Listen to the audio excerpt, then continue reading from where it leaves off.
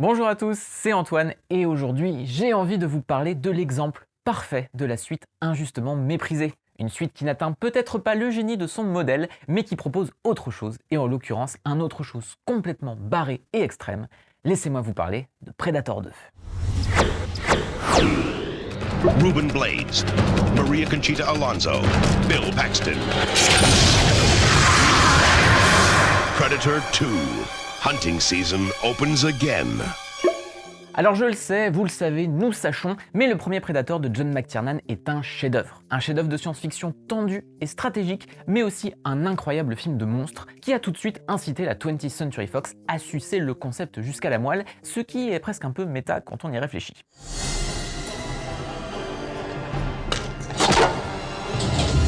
A priori, on peut se dire que c'est une très mauvaise idée, parce que tout le brio de Predator, c'est de détourner nos attentes sur le côté gros film d'action avec des gros bourrins militaires. Ça se retrouve parasité par un monstre capable de se rendre invisible et qui utilise cette jungle luxuriante comme un décor de huis clos étouffant. En fait, Predator, c'est un film sur le regard, mais surtout un film sur l'effeuillage, voire même une sorte de film de striptease qui révèle petit à petit son entité horrifique, jusqu'à ce qu'on voit d'ailleurs qu'elle n'a pas une gueule de porte-bonheur. En faisant une suite, il y a forcément le risque de perdre de l'effet de surprise, ce qui implique de partir dans une autre direction. Coup de bol, Predator a évité de juste pomper Alien en rajoutant un S à son titre, enfin jusqu'à ce que Robert Rodriguez ne vienne mettre ses sales pattes sur la saga. En réalité, Predator avait déjà commencé à avoir un univers étendu, qui a cherché via des comics à développer le lore de la race extraterrestre, en expliquant que leur soif de chasse spatiale s'étend sur de nombreux mondes et que l'apparition sur Terre de la créature dans le premier film était loin d'être la première. En 1989, soit 2 ans après la sortie du premier film, la Fox se réveille et commande donc une suite. Là où Predator a de la chance, c'est que la saga est un peu un concentré du talent de son producteur, le génial Joel Silver. Si vous ne connaissez pas le nom du monsieur, vous connaissez en tout cas ses films, puisqu'il a soutenu tous vos films préférés des années 80 et 90, de L'Arme Fatale à Die Hard en passant par 48 heures, Commando, Demolition Man ou encore Matrix. Le mec a du flair et je ne parle pas de cocaïne. Enfin, pas seulement. Et si je m'attarde sur Joel Silver, c'est qu'il a toujours su prendre des risques et donner une chance à des films qui allaient toujours au bout de leur logique, de sorte à faire émerger des auteurs aussi géniaux que McTiernan ou Shane Black. En tout cas, c'est ce qui va ressortir de Predator 2, alors que le producteur rappelle à la barre les frères Jim et John Thomas, déjà scénaristes du premier film. Les mecs envisagent plein de traitements, dont une idée super en pleine Seconde Guerre mondiale, où des soldats américains auraient dû s'associer à des nazis pour affronter le Predator, et je tuerais pour voir ce film. Mais finalement, le succès des bandes dessinées que j'évoquais plus tôt amène les frères Thomas à directement puiser dans la première série de comics tirée de Predator, et que l'on doit à l'éditeur Dark Horse. Ça s'appelle Predator Concrete Jungle, littéralement la jungle de béton, et le Predator y choisit un sacré terrain de chasse puisqu'il s'agit de New York. Alors pour des questions de budget et de logistique, le film va plutôt se pencher sur Los Angeles, mais l'idée est globalement la même. Et pour ça, il est indispensable que je m'attarde sur le premier plan de Predator 2, qui condense toute la malice d'un film qui a envie de nous la mettre à l'envers. La musique iconique d'Alan Silvestri démarre sur un travelling où la cime des arbres nous fait comprendre qu'on va retrouver le territoire du premier film. Et là, boum, le mouvement de caméra se termine et on se rend compte qu'on est juste à la sortie de la forêt qui entoure Los Angeles. Les gratte-ciel s'imposent, l'humain a créé sa propre jungle, sa jungle urbaine, et forcément, le Predator s'y sent invité pour faire joujou. Je vais revenir plus en détail par la suite sur ce décor et sa gestion par le film, mais il est indispensable que je passe d'abord par les contretemps subis par Predator 2. Bon, déjà la Fox voulait que McTiernan revienne, mais il a refusé pour faire À la poursuite d'Octobre Rouge, et je vous laisse imaginer une réalité parallèle bien plus triste où ce film n'existe pas. Mais le vrai coup dur, c'est que ce cher Arnold Schwarzenegger devait reprendre le rôle de Dutch. Mais d'une part, Schwarzy clamait qu'il aimait pas trop l'idée des suites, ce qui ne l'a pas empêché de faire Terminator 2, mais passons, et d'autre part, il demandait masse d'oseille. La Fox n'a pas suivi et Arnold est allé se consacrer à ses chefs-d'œuvre du 7e art que sont jumeaux et un flic à la maternelle. Heureusement, il y a eu Total Recall entre les deux. Du coup, un peu comme avec Alien 3 qui avait été confié à un jeune David Fincher, histoire que le studio ait un certain contrôle sur le film, Predator 2 a été confié à un cinéaste encore assez nouveau sur le marché, Stephen Hopkins. Bon, par contre, ça veut pas dire qu'ils l'ont pris pour qu'il fasse la serpillière. Au contraire, au vu du chantier qu'allait être le film, Hopkins a été choisi parce qu'il avait pas mal impressionné l'industrie par son travail sur Freddy 5, l'enfant du cauchemar. Et là je vous vois me dire, mais attends, quel est le fuck? C'est pas ouf Freddy 5. Et vous avez raison, mais le film se tient. Et c'est déjà beaucoup au vu des conditions infernales dans lesquelles il a été tourné. Hopkins n'avait que 6 millions de dollars de budget et une pression permanente du studio qui voulait sortir le film 1 an pile poil après la sortie du 4e épisode. Résultat, le film a été tourné en à peine 4 semaines, ce qui relève franchement du tour de force pour un projet pareil. Bon après, entendons-nous bien, Stephen Hopkins n'est pas McTiernan, et la plupart de ses films suivants l'ont d'ailleurs prouvé, mais il me paraît essentiel de revenir un instant sur l'un de ses autres travaux pour mieux comprendre Predator 2, et c'est la série 24 heures chrono. Parce que oui, Stephen Hopkins a pas mal aidé à chapeauter les mésaventures de Jack Bauer, dont il a d'ailleurs réalisé une majorité des épisodes de la première saison, dont le pilote qui a grandement aidé à poser le style particulier de la série. Et si vous ne l'avez jamais vu, ça révèle des complots improbables et des ramifications terroristes à absolument tous les coins de rue. Tout repose sur un esprit paranoïaque et sur le fait que le récit se déroule en pseudo-temps réel. Pour ça, la réalisation s'amuse à accumuler les sources d'images et les formats. Entre les caméras de surveillance, les écrans de télé, les fameux inserts sur le compte à rebours, 24 heures chrono joue d'une hétérogénéité de ces images, comme si ces personnages étaient en permanence épiés dans une société de l'ultra-surveillance. Et en plus, on a souvent droit à une mosaïque de plans pour mettre en parallèle des actions simultanées dans des lieux différents. Mais pourquoi je parle de ça? Eh bien parce que Predator 2 peut être vu comme le précurseur intéressant de cette démarche, près d'une décennie avant la sortie de la série. Il suffit pour ça de se concentrer sur la scène inaugurale du film où c'est tout bonnement la guerre dans les rues, comme le fantasment nos meilleurs éditorialistes de la TNT. Le cinéaste joue de ce chaos en alternant prise de vue classique, images prises par des reporters sur place et bien entendu la vision infrarouge de notre ami Rastaman. C'est le bordel et le film s'en amuse notamment en interrogeant notre propre perception des événements et la manière dont ils nous sont présentés. En fait, on sent dans Predator 2 une hargne satirique franchement fun par rapport à ce que représente ce personnage capable de se rendre invisible. Si la saga apprend à ses héros à déchiffrer le monde qui les entoure pour déceler la créature, c'est sûr que c'est moins facile quand des mecs se ramènent avec leur caméra pour faire de l'info ultra spectaculaire digne de BFM TV ou CNews, mais avec le sens du storytelling en plus. En bref, on sent avec Predator 2 qu'on est bien passé dans les années 90, avec un montage plus haché, plus défragmenté, qui implique de précipiter ou de suspendre le temps par l'accumulation d'angles. Dès le début du film, on voit une voiture qui explose et vole sous pas moins de 7 plans différents, ce qui décuple la dimension waouh du truc. Et c'est un fan de Michael Bay qui vous parle. Du coup, j'ai tendance à voir Predator 2 comme un film visuellement très riche. Et j'entends riche dans le sens bourratif, comme une crème fraîche artisanale qui t'assure de choper du cholestérol. Mais le truc, c'est que j'aime bien la bonne crème fraîche artisanale. Et je ne dis pas ça parce que je viens de Normandie et que mon sang est composé de lait de vache. Bien sûr, il faut pas en manger tous les jours, mais cette générosité amène Stephen Hopkins à vraiment se réapproprier le concept. Parce que si le cinéaste aura l'opportunité de pousser l'aspect parano et oppressant de sa mise en scène dans 24 heures chrono, c'est déjà au cœur même du concept de Predator. Et en troquant la jungle pour la ville, il n'en oublie jamais cette donnée, qu'il traduit par l'aspect foisonnant de ses cadres. C'est même simple, Predator 2, c'est un film qui grouille, qui affiche un trop-plein permanent. Soit le premier plan se retrouve bouché par des figurants, soit des personnages envahissent l'arrière-plan. Le meilleur exemple de ça, on le voit dans cette longue prise qui montre le commissariat où travaille le héros, le lieutenant Harrigan, campé par Danny Glover. Pendant que le protagoniste essaie de se faufiler à l'arrière-plan, c'est la cacophonie, ça bouge et gueule dans tous les sens pour refléter le chaos ambiant. Le commissariat a même une sorte de microcosme à part entière, une synecdoche de toute la ville, dans laquelle il semble impossible de maintenir l'ordre.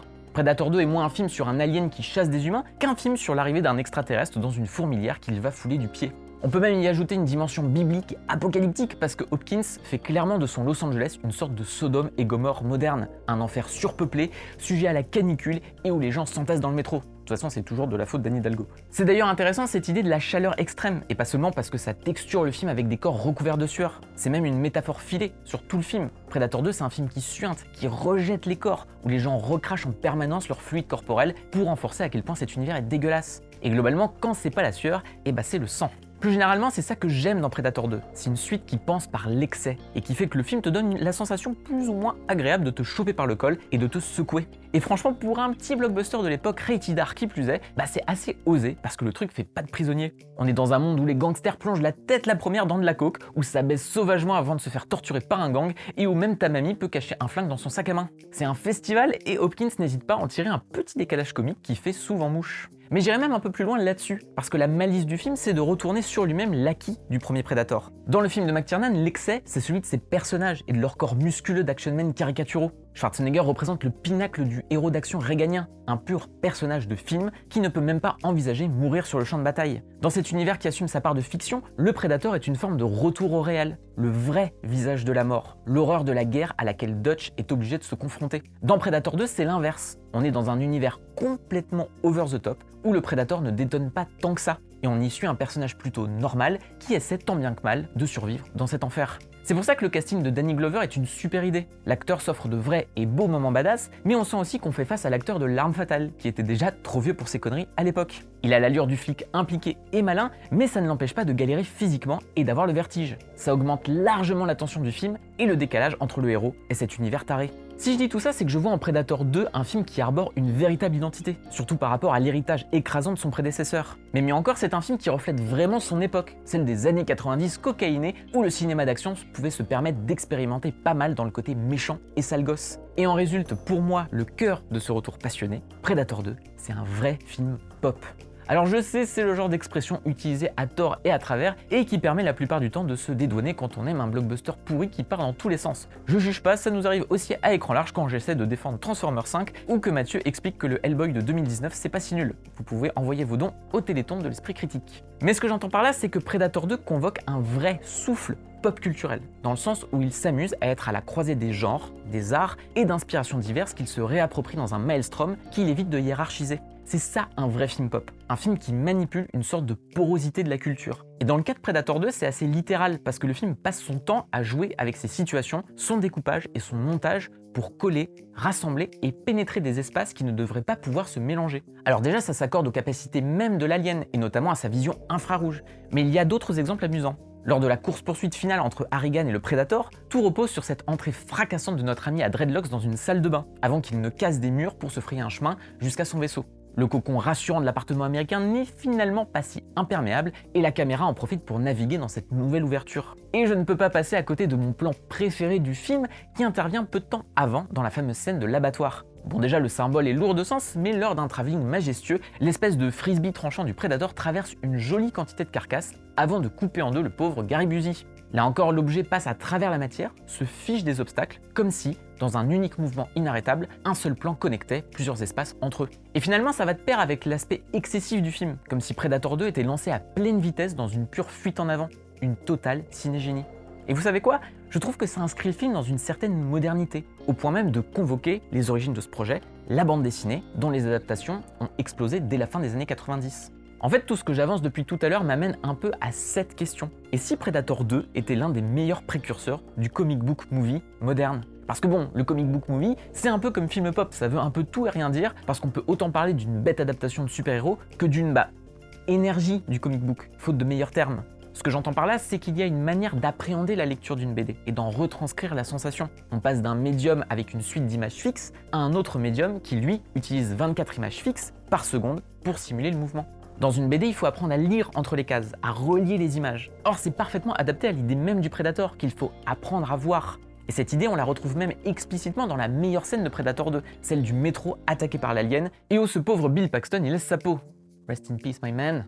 Il y a des effets stromboscopiques dans tous les sens qui ont sans doute tué des dizaines d'épileptiques, mais c'est parfait. Pourquoi ? Parce qu'il faut recomposer à chaque flash le mouvement, et donc essayer de comprendre où se trouve le Predator dans ce wagon qui se transforme en véritable couloir des enfers. Et bien encore, cette scission des cases, ça amène les BD à s'amuser des ruptures potentielles qui peuvent en émerger. C'est aussi pour ça que les comics ont cette dimension iconisante, qui n'a pas peur de créer des images purement épiques et déconnectées du réel, juste pour capter l'œil et marquer un temps d'arrêt, un peu comme un point au bout d'une phrase. Et ça, il faut quand même admettre qu'on le voit de moins en moins au cinéma. La faute à des films qui cherchent tellement le réalisme qu'ils en oublient de nous émerveiller et de nous impressionner, à créer des moments de pur cinéma où l'image importe plus que sa logique dans le récit. Et dans le cas de Predator 2, lui il s'en bat la race de la logique et il te montre fièrement le Predator en haut d'un building avant que la foudre ne lui tombe dessus. Ça n'a aucun sens, mais on s'en branle en fait. Parce que c'est cool quoi. C'est cool bordel. Et elle est là, la vraie dimension pop du film. Je pense même que ce n'est pas un hasard si Predator 2 est le film qui a propulsé l'expansion de la saga et de son univers. Parce que cette énergie pop, qui semble un peu bouffée à tous les râteliers, mais sans le cynisme que ça peut sous-entendre, c'est idéal pour en faire un objet transmédia. Alors d'une certaine façon, c'est déjà le cas, puisque le film a pompé un comics préexistant, mais on peut y voir plus que ça, à savoir là encore une porosité, une connexion qui, comme son monstre, abat des murs pour se lier à des jeux vidéo, des bouquins, etc. En bref, pour ouvrir des portes. Et ça, le film l'a fait d'une manière assez remarquée lors de son final, où Harrigan infiltre le vaisseau du Predator et voit plein de crânes en trophée, dont celui du xénomorphe d'Alien. À la base, ça n'était qu'un petit easter egg, mais justement, l'énergie pop débridée de Predator 2 a vite conduit la saga à un crossover avec Alien pour le meilleur et surtout pour le pire, même si Geoffrey n'est pas d'accord avec ça, que voulez-vous, c'est parfois très dur de bosser à écran large. En tout cas, Predator 2 est non seulement une bonne suite, qui a compris comment bouleverser les acquis de son aîné pour mieux se réinventer, mais aussi, en fait, c'est juste un putain de bon film. Une sorte de série B de luxe vénère et gorasse qui ne s'excuse de rien et qui enchaîne les situations inventives pour notre plus grand plaisir. C'est peut-être régressif sur les bords, mais quand la régression est pensée avec autant d'envie et de malice, bah moi perso j'en redemande. Bon, sauf si c'est Robert Rodriguez qui est à la barre. Voilà, c'est la fin de ce retour sur Predator 2, j'espère que ça vous aura plu. N'hésitez pas à nous en parler en commentaire ou même à nous rejoindre sur notre beau serveur Discord. Mais surtout, si vous aimez ce qu'on fait à Écran Large, vous pouvez nous soutenir pour qu'on puisse rester un beau média indépendant. Et ça passe par un abonnement qu'on propose sur le site, qui vous donne accès contre quelques euros par mois à plein de dossiers exclusifs sur des films très variés. J'en ai justement écrit sur Predator 1 et 2, mais vous pouvez également retrouver des articles sur 2010, l'année du premier contact, ou sur Un monde parfait de Clint Eastwood, qui me fait beaucoup trop chialer. Le lien est en description, et quant à moi je vous laisse, mais I'll be back pour de nouvelles aventures sur Écran Large. Ciao!